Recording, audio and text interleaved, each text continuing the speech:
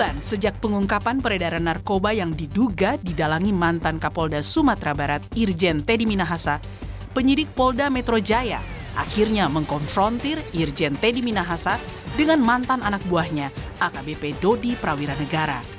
Teddy Minahasa itu kan dituduh memperdagangkan yang 5 kg. Ternyata yang disita dari rumah Anita dan di rumah Dodi itu hanya 3,3 kg. Terus 1,7 kg kemana? Nggak ada buktinya, nggak ada tersangkanya. Itu kalau kami menduga itu mengada-ada dan Pak TM melalui lawyernya membuat persepsi, menggiring opini publik untuk buang badan ke Pak Dodi, itu dugaan kami. Saat konfrontasi tadi, Pak Dodi juga menyampaikan bahwa dia siap membuka. Dia tidak goyang sama sekali, walaupun banyaknya intervensi sampai hari ini. Memang Pak TM ini adalah aktor intelektual. Kisah 5 kg sabu ini berawal dari penggerebekan di sebuah kos-kosan di Jakarta Barat. Di sana ada tersangka Hendra dan rekan wanitanya Siska, serta barang bukti sabu seberat 44 gram. Dari Hendra berkembang ke Ariel selaku pemilik sabu. Ariel pun mengaku bahwa sabu diperolehnya dari Ahmad Darmawan, salah satu anggota Satres Narkoba Polres Jakarta Barat. Dari pendalaman Ahmad, muncullah nama Kapolsek Kalibaru Tanjung Priok, Kompol Kasranto. Setelah dikembangkan, Kompol Kasranto mengaku mendapat sabu dari Linda. Linda inilah yang kerap dimintai Teddy Minahasa untuk mencari pembeli sabu seberat 5 kg yang sudah disisihkan dari barang bukti kasus narkoba di Polres Bukit Tinggi.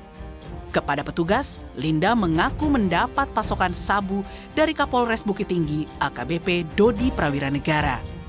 Petugas bergerak dan menemukan 2 kg sabu di rumah dinas Dodi. Dodilah yang kemudian bersuara bahwa total 5 kg sabu diperjualbelikan atas perintah Kapolda Sumatera Barat Irjen Pol Teddy Minahasa. Irjen Teddy Minahasa pun resmi dipindahkan dari Mabes Polri ke Mapolda Metro Jaya pada 24 Oktober 2022. Untuk keterlibatan Bapak TM adalah kita mengambil keterangan daripada saudara D dan saudara L, bahwa yang mengendalikan, yang menyambungkan antara D dan L adalah beliau. Ya, jadi itu perannya.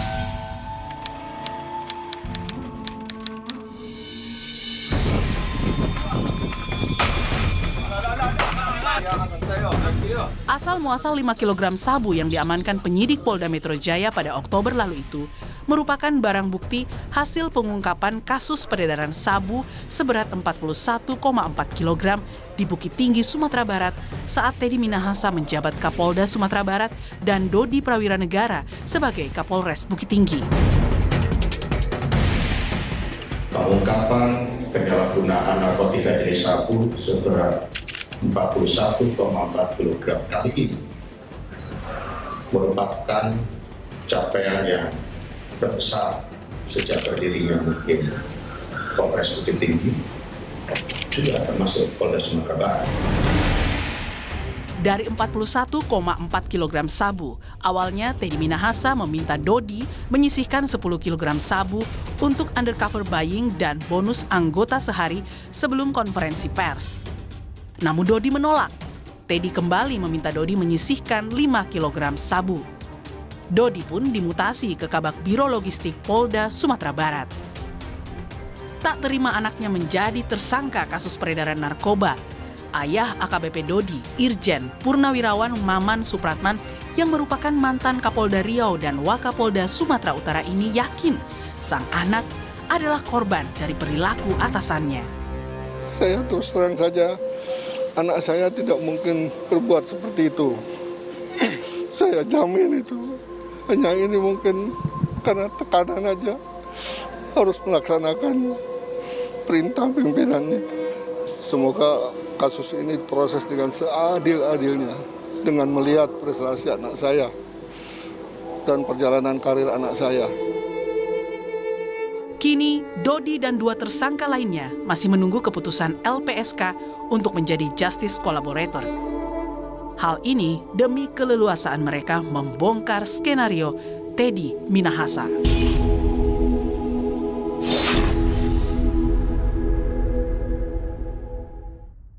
Saya sudah bersama ayah dari AKBP Dodi Prawira Negara. Ia adalah Irjen Polisi Purnawirawan Maman Supratman.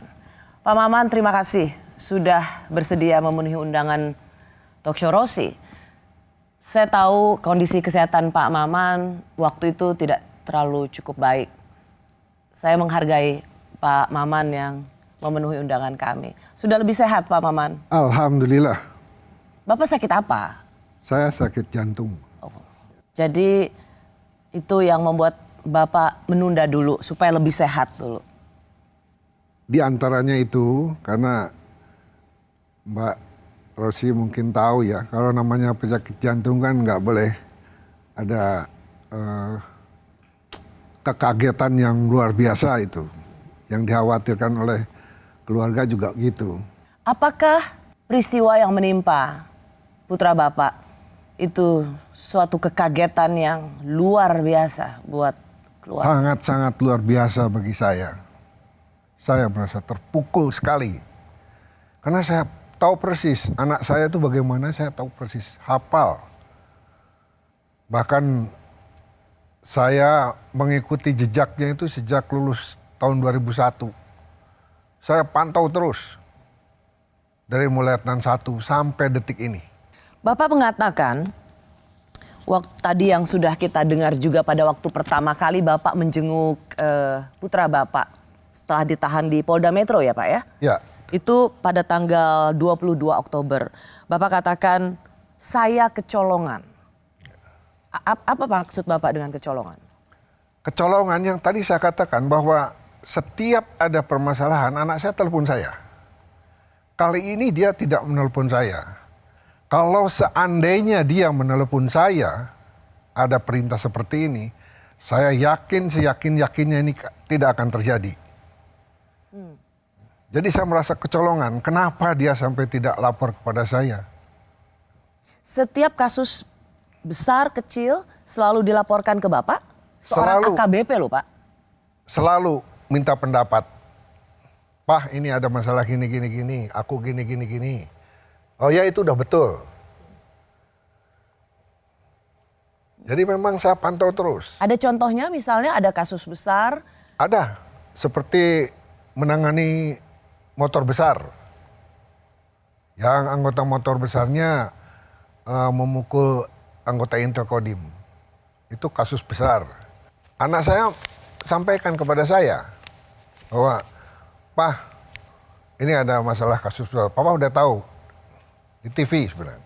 Kamu nggak usah mundur. Siapapun di belakangnya, jangan mundur kamu. Siapa? Sampai-sampai dia waktu menyidik itu disodori uang 10 miliar. Pada peristiwa itu? Ya, jadi yang selama ini Bapak katakan anak saya itu pernah diiming-imingi 10 miliar. Ya. Itu dalam konteks motor besar? Ya, betul. Karena dia menahan 8 orang kalau salah. Dodi cerita pada Bapak? Cerita. Saya ditawari 10 miliar. Ya. Untuk supaya? Ya mungkin supaya selesai. Bapak bilang apa? Jangan, saya bilang. Saya bilang, kamu ngambil itu langsung pensiun. Enggak Pak, ini enggak katanya. Ketika Bapak pertama kali berusaha untuk menemui putra Bapak, 22 Oktober, sempat ketemu? Yang pertama tidak bisa. Ada upaya untuk menjumpai Dodi lagi? Yang kedua baru bisa ketemu. Apa waktu itu Pak? Percakapan antara ayah dan anak. Saya begitu ketemu dia, saya juga iba lihat dia.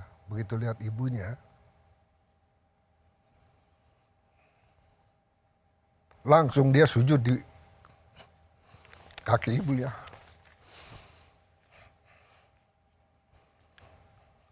Kemudian saya tanya, kenapa kamu sampai begini? Dia jelaskan semua. Setelah dia jelaskan kepada saya mengambil kesimpulan. Dilihat dari kebatinannya dia, bahwa anak ini ada tekanan karena mendapat perintah dari bintang 2. Sang Kapolda? Kapolda, ya. Ia menceritakan secara terang benderang Atau Bapak merasakan dari nuansa keterangannya, penjelasannya, atau dia mengatakan, Pak, saya disuruh? Ya, ada perintah. Ada perintah dari Kapolda. Yaitu? Ya, untuk melakukan yang sekarang ini. Menyisihkan? Menyisihkan. Kemudian dia sempat saya udah tolak, Pak. Dan saya menanyakan ini untuk apa. Saya tidak berani, Jenderal. Jadi Dodi sempat mengutarakan juga ekspresinya, Ya. ketidakberaniannya pada Betul. Kapolda waktu itu, Betul. TM, Teddy Betul. Minahasa. Dan berkali-kali itu nolak. Ia katakan itu pada Bapak, Dodi. Ya. Apa yang membuat akhirnya dia nurut? Ya mungkin itu, ada tekanan itu. Akhirnya dilaksanakan sama dia. Pak Maman pasti juga mengikuti peristiwa demi peristiwa yang terjadi pada institusi Polri. Karena ini berdekatan dengan peristiwa besar yang juga mencoreng citra dan marwah institusi Polri, yaitu kasus Sambo. Kapolri, Jenderal Listio Sigit langsung mengeluarkan surat edaran yang mengatakan tidak bahwa bawahan tidak harus, kira-kira begitu spiritnya, melaksanakan perintah atasannya yang tidak benar, yang melanggar hukum. Pada saat kejadian ini rilis narkoba bulan Juni, lalu kemudian ada bulan September, sungguhnya itu sudah dikeluarkan oleh Kapolri. Mengapa perintah Kapolri ini kalah dengan perintah Kapolda? Ini secara psikologi aja, Pak. Namanya bawahan yang langsung berhubungan dengan atasan, di mana di situ paling tertinggi di provinsi itu kan bintang 2. Kemudian anak saya itu bawahannya. Saya katakan, anak saya pernah nolak. Dan bukan sekali.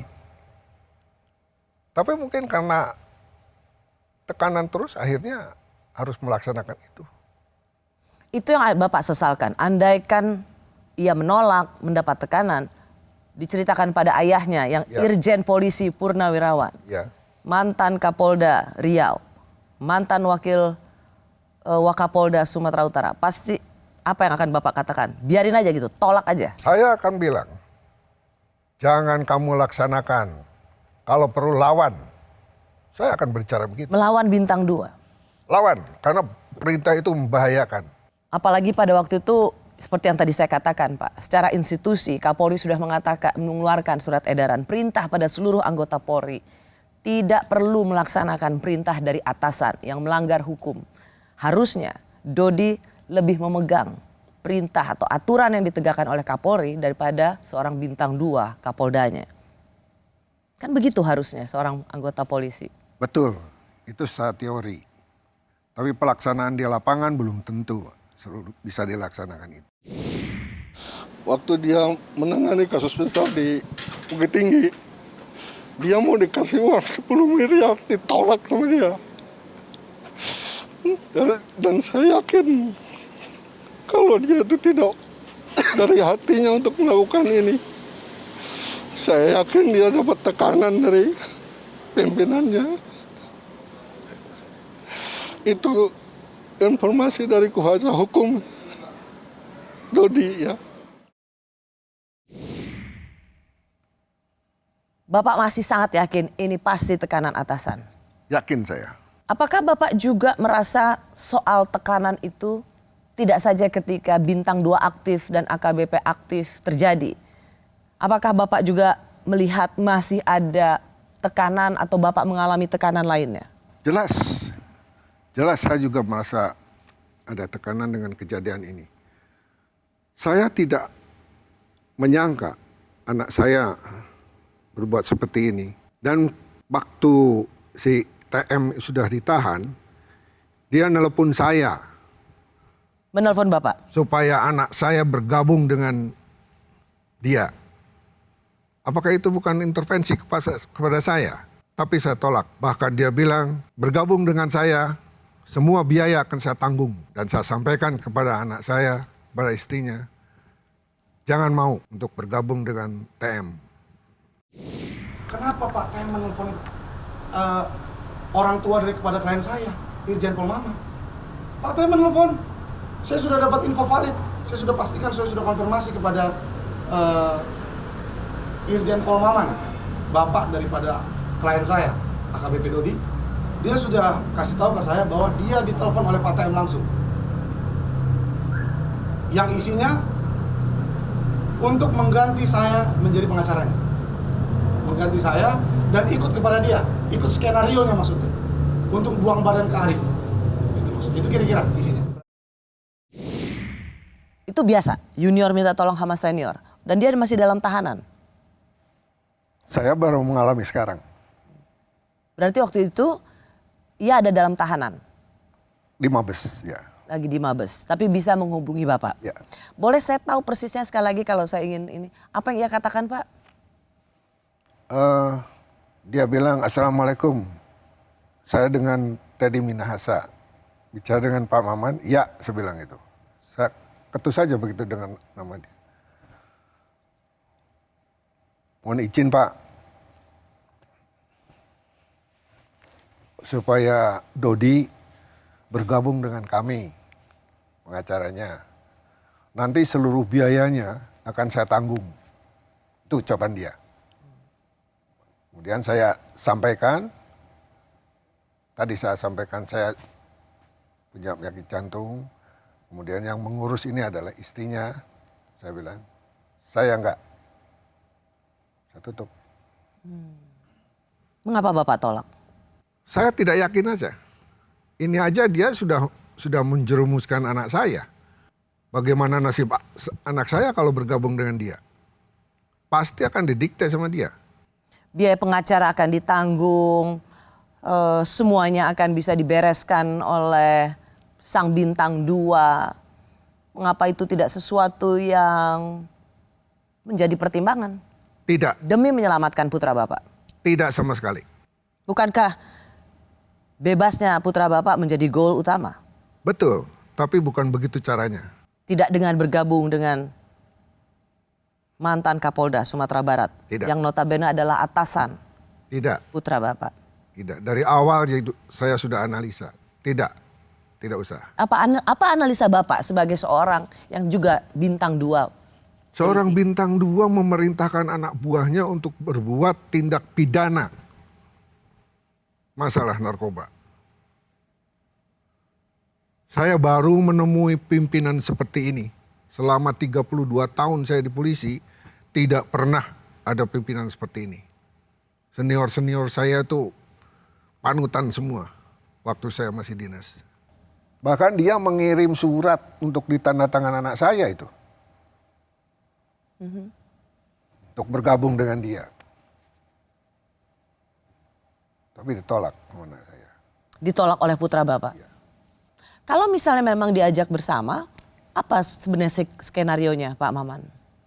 Saya kurang tahu ya, tapi analisa saya kurang menguntungkan lah kalau analisa saya.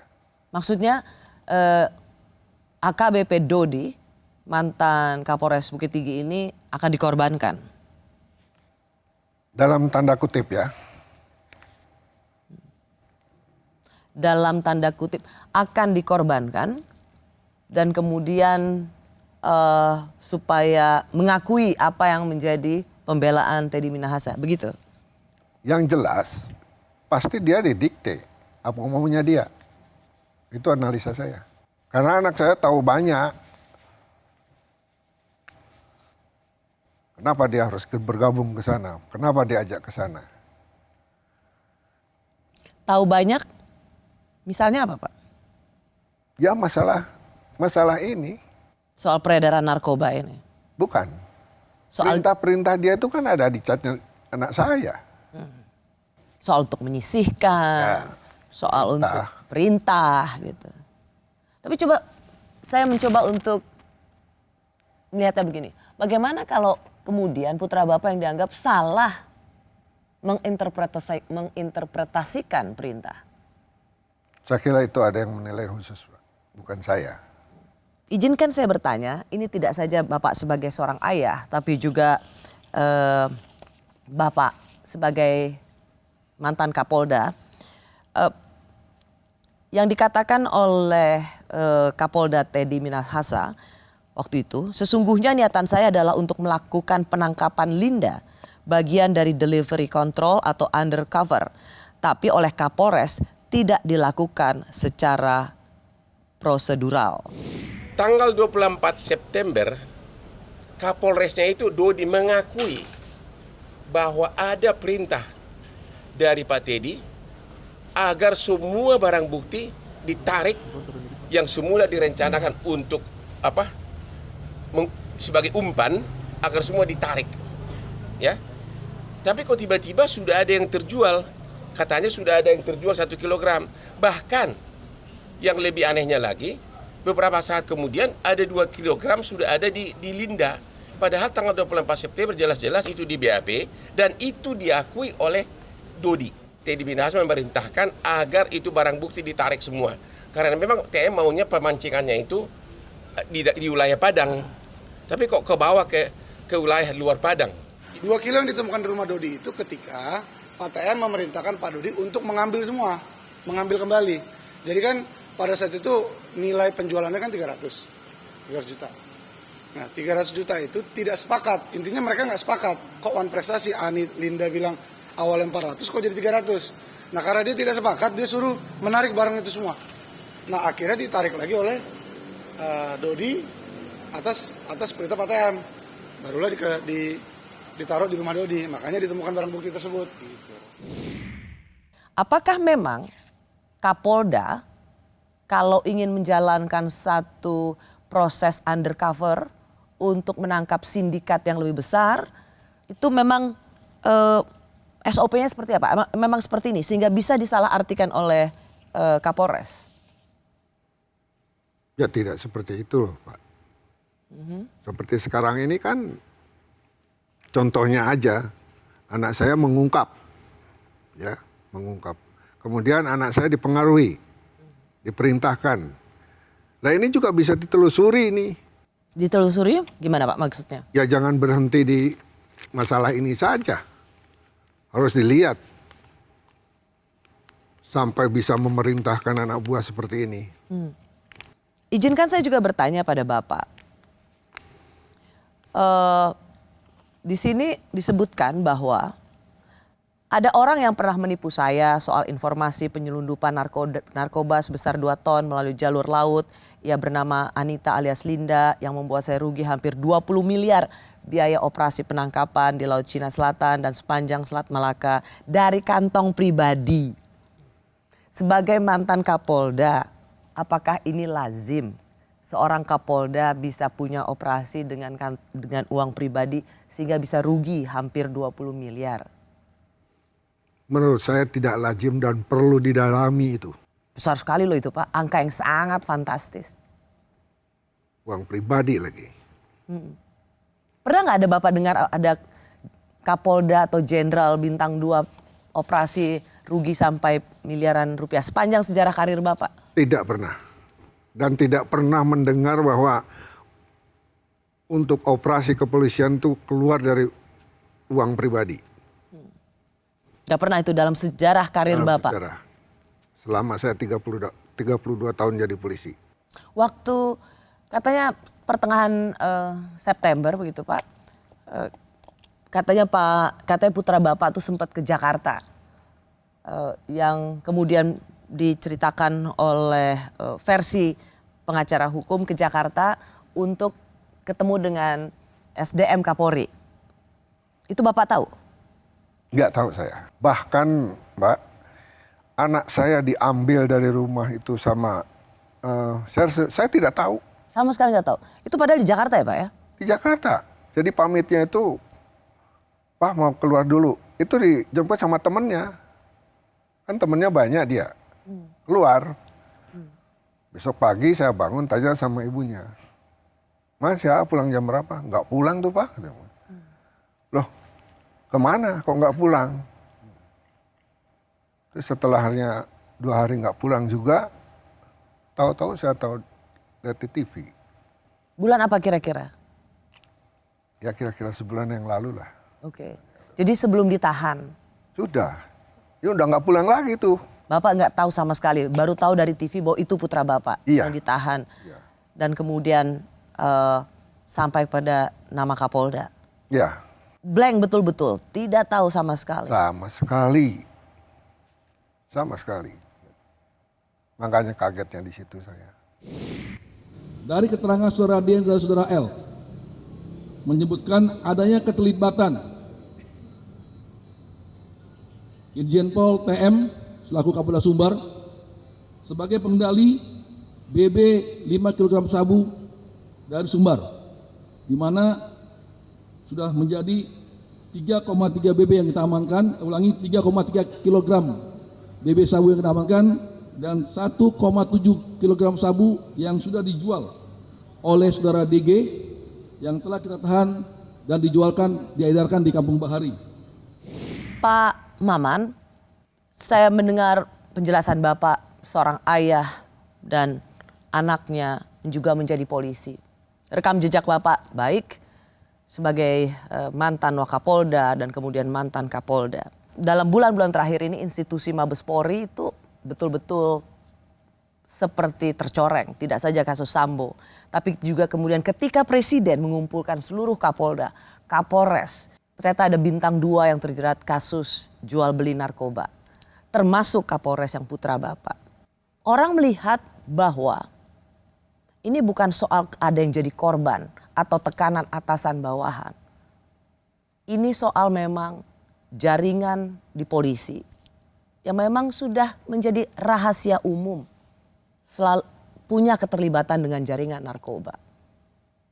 Bagaimana Bapak menjawab bahwa putra Bapak bukan korban? Putra Bapak bersama-sama dengan Kapolda memang terlibat dalam jaringan narkoba. Saya kira anak saya bukan jaringan narkoba, bukan. Anak saya bukan pemain, anak saya tidak pemakai, karena ini atas perintah saja. Maaf saya harus tanyakan ini Bapak, karena bukan rahasia umum lagi.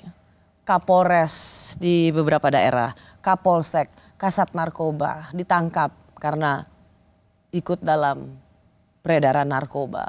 Sehingga ketika ada polisi ditangkap soal urusan ini yang kemudian sampai pada Jenderal Bintang 2 untuk pertama kalinya dalam sejarah. Itu sesuatu yang membuat masyarakat ya akhirnya tertangkap.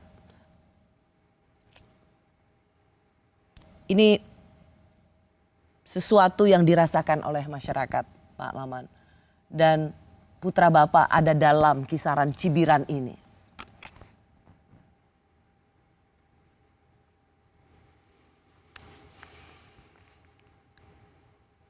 Saya sulit untuk menjawab itu. Dari kurang lebih 40 kg yang ditimbangnya 39,5 ya. 5 kilo itulah yang jadi barang bukti. Masih utuh ada sebagai barang bukti disimpan oleh kejaksaan. 35 sudah dimusnahkan. Artinya apa? Barang bukti yang ditemukan di rumah Dodi, ditemukan di rumah Linda, dan yang katanya juga ada yang sudah beredar tidak ada kaitannya sama sekali dengan Teddy Minahasa. Diduga mereka memperjualbelikan barang lain yang tidak ada kaitannya sama sekali sama Teddy Minahasa. Komunikasi jelas ada. Sekali lagi saya bilang ya, komunikasi antara Pak TM dengan Dodi dan TM dengan Linda semua sudah saya baca dalam BAP. Gitu, itu semua chatnya lengkap. Tapi memang ada beberapa yang Pak TM hapus. Contohnya dia delete message dan segala macam ada. Tapi jelas saya ketika dihapus itu, nah untungnya klien saya Linda ini pintar. Jadi ketika delete message, sebelumnya Bu Linda itu sudah reply, ngerti kan? Kalau reply itu kan ada reply-nya kan? Nah, reply-nya isinya begini. Iki ono barang 5 kilo. Nah, ini ada barang 5 kilo. Wes golek no lawan. Nah, itu. Itu WA-nya Pak TM kepada Bu Linda. Jadi ketika Bu Linda nanya dia WA, saya butuh uang untuk ke Brunei. Itu kan awal-awal tuh. Nah, balasannya Pak TM gitu. Ini iki ono barang 5 kilo, wes golek no lawan. Nah, disuruh mencarikan lawan. Maksudnya kalau saya tanya ke Bu Linda, apa maksudnya? Ini disuruh saya cari buyer, posisi barang di Riau, kata dia begitu. Itu chat WhatsApp-nya. Sebagai seorang ayah dan sebagai seorang Jenderal Bintang 2, Bapak tetap melihat bahwa tidak mungkin ada bawahan berani menyisihkan barang bukti 5 kilo katanya hilang, 2 ada di Mapolres, 2 kilo ada di tersangka lainnya yang bernama Linda, itu tidak mungkin atas inisiatif sendiri. Pasti atas sepengetahuan atasannya. Yakin bahwa itu sepengetahuan bahkan perintah. Kalau seandainya itu inisiatif dari anak saya, dari mulai pengungkapan itu mungkin sudah dilaksanakan. Ini kan tidak. Ya, karena awalnya memang Kapolres Bukit Tinggi lah yang merilis ini ya Pak. Ya, yang mengungkap itu ya Polres Bukit Tinggi. Bapak ingin mengatakan bahwa andaikan putra Bapak punya niat untuk main atau menjual barang bukti itu, maka harusnya dari awal sudah dikurangin. Dari awal dan belum diketahui oleh siapa-siapa. Tapi ia melaporkan pada Kapolda. Melaporkan. Itu logikanya seperti itu aja, Mbak. Ada yang diceritakan oleh Dodi nggak ke Bapak soal ini? Sampai di situ belum. Pak Maman kan pernah menjabat sebagai Kapolda. Kalau misalnya sekian kilo, 4 kilo, 5 kilo sabu-sabu, itu selain untuk undercover, untuk menjerat sindikat yang lebih besar, juga katakan disebutkan dipisahkan untuk barang bukti di pengadilan. Ini memang SOP-nya begitu? Ya tidak lah. Kalau untuk barang bukti ke pengadilan? Ya. Baik untuk undercover, mancing nih kan ceritanya, maupun disisihkan untuk bukti di pengadilan. Undercover itu tidak perlu kilo-kiloan. Cukup 1 atau 2 gram aja udah cukup kalau untuk undercover itu. Karena itu pasti bisa mancing. Iya. Jadi kalau dibilang perlu sekian kilo, 5 kilo itu atau sekian kilo itu untuk memancing sindikat lebih besar, omong kosong. Omong kosong. Ada 2 peristiwa besar seperti yang tadi saya katakan ya Pak. Soal Sambo dan soal jual beli atau peredaran barang bukti sabu yang luar biasa besar. Apalagi ini terkuak ketika Presiden tuh memanggil seluruh Kapolda, Kapolres, Pak. Menurut Bapak ini juga bisa bagian dari momentum bersih-bersih di institusi Polri nggak? Saya menanyakan ini sebagai seorang yang juga menjadi Pati Mabes Polri. Saya kira memang waktunya harus istilahnya introspeksi dan membersihkan diri agar khususnya tidak ada lagi seorang jenderal bisnis narkoba. Dan itu tadi Pak, bawahan yang jangan melulu mengikuti perintah atasan, padahal itu jelas-jelas melanggar hukum. Mudah-mudahan aja dengan kejadian ini para anggota itu mau berani menentang pimpinan yang salah. Mudah-mudahan. Meskipun tadi Bapak bilang di prakteknya di lapangan tuh susah sekali. Susah sekali. Dibicarakan sama pimpinan itu, mana ada bawahan berani begitu saja. Mungkin dengan kejadian ini, anggota mikir, daripada aku korban mungkin lebih baik melawan. Mudah-mudahan. Cuman Bapak tadi mengatakan susah di lapangan.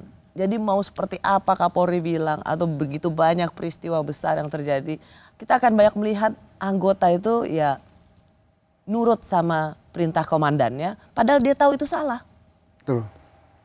Jadi di mana perbaikan buat institusi Polri? Contohnya 2 peristiwa ini kan, yang satu suruh nembak ya nembak, yang satu suruh nyisihkan narkoba nyisihkan. Kan tidak ada keberanian untuk melawan. Udah jelas contoh itu ada. 2 peristiwa besar. Iya, makanya dari contoh ini, mudah-mudahan ke depan ini, bawahan ini berani untuk menolak Melawan tanda kutipnya itu menolak perintah yang salah. Pada waktu zaman saya jadi polisi dulu, pimpinan itu selalu berbicara, tidak ada anak buah yang salah tuh pimpinannya. Itu selalu dikumandangkan senior-senior saya dulu. Sudah betul kan? Kalau anak buah salah tuh pimpinannya sebenarnya yang salah, nggak bisa ngarahkan dia kan. Ini malah diajak melakukan tindak pidana. Atau justru malah menyalahkan bawahannya. Setelahnya kepepet, cuci tangan, menyalahkan anggotanya. Apa ini seorang pemimpin? Apa ini seorang jenderal? Nggak fair itu. Seorang jenderal harusnya ikut bertanggung jawab atau mengambil alih tanggung jawab anak buahnya. Itu yang betul. Juga jangan justru berlindung di bawah atau menyalahkan AKBP atau berlindung di balik Barada. Menyalahkan anggota yang pangkatnya kecil untuk menyelamatkan bintang besarnya. Pak Maman, Bapak seorang jenderal bintang 2, putra Bapak seorang AKBP yang sekarang terseret kasus. Bapak cukup shock mendengar ini. Ini sebuah peristiwa yang sangat berat bagi Bapak. Biasanya banyak orang, Pak, tidak ingin mengatakan ini di publik begitu dan memilih untuk diam. Apa yang membuat Bapak merasa perlu untuk memberikan pesan pada publik bahwa Bapak kecolongan ini karena juga ada tekanan atasan? Apa yang sebenarnya Bapak ingin sampaikan? Anak saya itu sejak lulus dari AKBP tahun 2001, dia selalu berprestasi. Setiap menduduki jabatan pasti dia dapat penghargaan. Entah itu dari Kapolres, entah itu dari Kapolda, entah dari atasan lainnya. Sampai detik ini juga dia selalu mendapatkan penghargaan. Penghargaan yang paling menonjol dia dapat dari Duta Besar Tiongkok. Kemudian dari Duta Besar Jepang. Kemudian dari Menteri Aparatur Negara. Kemudian dari Menteri Pariwisata. Dan waktu dia tugas di Reserse Metro Jaya, dia pernah menyidik tentang pembunuhan sampai ke Korea. Jadi saya yakin anak saya tuh kalau dalam kerja itu luar biasa dia. Cuman anak saya tuh agak keras tapi disiplin. Ya. Itu yang kembali saya ingin tanyakan, Pak. Biasanya banyak orang tua, apalagi Bapak seorang Irjen Polisi bintang 2 Purnawirawan Polri, biasa memilih untuk tidak memberikan komentar, memilih untuk menjauh dari memberikan pernyataan. Tapi Bapak memberikan pernyataan di depan media pada saat pertama kali upaya mengunjungi Dodi. Dan kemudian Bapak secara lugas juga mengatakan ini ada soal tekanan, Bapak kecolongan. Apa yang ingin Bapak sampaikan? Apakah Bapak ingin mengatakan, hei bintang 2, anak saya meskipun hanya seorang AKBP, tidak akan takut melawan engkau di meja hijau? Kira-kira seperti itu. Pak Maman, Bapak punya 2 cucu dari Dodi. Keluarga polisi lah bisa dibilang ya Pak Maman ya. Kan pasti cucu Bapak bangga. Punya eyang jenderal polisi, punya ayah juga seorang polisi yang Bapak katakan wah membanggakan, prestasinya baik. Cucu taunya apa Pak? Itu yang sekarang bingung. Karena cucu saya itu ikut dengan saya. Bagaimana saya harus menjelaskan sama anak 2 ini. Padahal anak 2 ini dua-duanya laki-laki. Kan tidak bisa saya menjelaskan secara terbuka begitu saja. Yang satu kan sudah SMP kelas 3. Bisa lihat berita? Ya, yang satu lagi kelas 5. Jadi saya bingung untuk memberitahu dia. Jadi, tadi saya katakan si TM itu bukan hanya menghancurkan karir anak saya, tapi menghancurkan keluarganya. Menghancurkan anak yang tidak berdosa itu. Bapak sendiri bingung untuk mengatakan apa yang harus dijelaskan Ya, kan pada anak-anak. harus pelan-pelan kan Mbak. harus pelan-pelan. Bahkan mungkin harus melalui psikolog. Pak Maman, Dodi akan all out dalam persidangan nanti. Insya Allah. Kan Dodi ini juga minta untuk jadi atau ke LPSK sebagai justice collaborator. Sampai kita bicara saat ini itu belum ada. Gitu. Apa harapan Bapak memang diterima oleh LPSK? Harapan saya sangat sekali mengharapkan agar anak saya bisa jadi JC. Karena di samping anak saya bukan pelaku utama, anak saya mendapat tekanan juga. Dodi Prawira Negara ini juga terancam untuk PTDH.